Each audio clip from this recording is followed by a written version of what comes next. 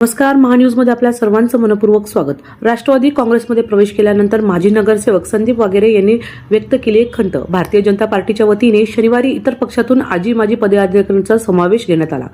या पार्श्वभूमीवर भाजपचे माजी नगरसेवक संदीप वागेरे यांनी पक्षाचा राजीनामा देत राष्ट्रवादी काँग्रेस पक्षामध्ये पुणे जिल्ह्याच्या पालकमंत्री तथा महाराष्ट्र राज्याचे उपमुख्यमंत्री अजित पवार यांच्या उपस्थितीमध्ये प्रवेश केला.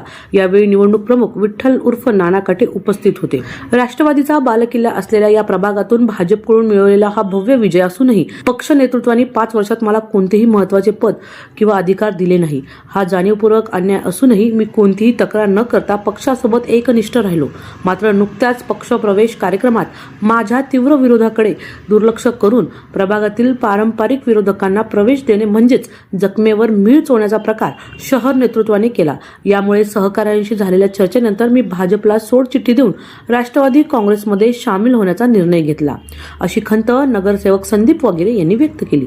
Bureau report, Mahanews, Pimpri Chinchwad.